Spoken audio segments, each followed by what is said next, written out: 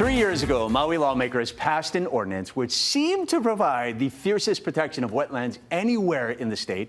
Enforcement, however, has been pretty much non-existent. Caitlin Thompson from Morning Beat joins us this morning. So on paper, it looked great, Caitlin. Execution, maybe not so much. So why is that so important? So these wetlands are really, really crucial areas for flood protection, for the habitats for native plants and animals, and they keep the sediment from running out into the ocean when rain in the mountains brings this flood of mud. So they're really important areas. And in 2022, the Maui County Council set out to protect these wetlands.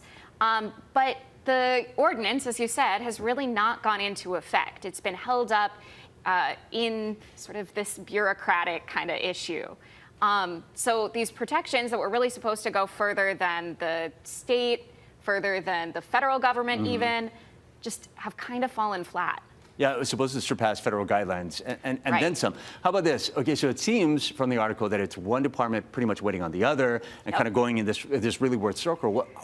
What needs to give for this to actually go into place? Yeah, that's exactly what it is. So it's the planning department in Maui County saying that they're waiting for county council to do something, but then county council is waiting for what's called the Conservation Planning Committee, which is supposed to advise the mayor and the county council on land use and conservation issues. But that council hasn't met, that committee, excuse me, hasn't met in at least 2 years. It has a difficult time seating enough people. So everybody's kind of waiting on this committee that just isn't really prepared to take this on. Yeah, and I imagine there are a lot of residents that are concerned, maybe making their voices heard. Yeah. Exactly. So especially in South Maui, this is really playing out because that's where the flooding is really become an issue every year.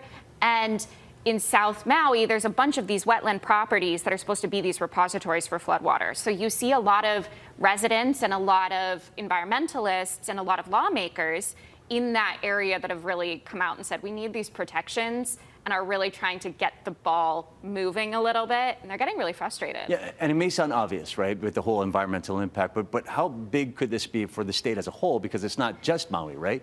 Right, so this is supposed to be the kind of blueprint for something that would be more wetlands protections around the state.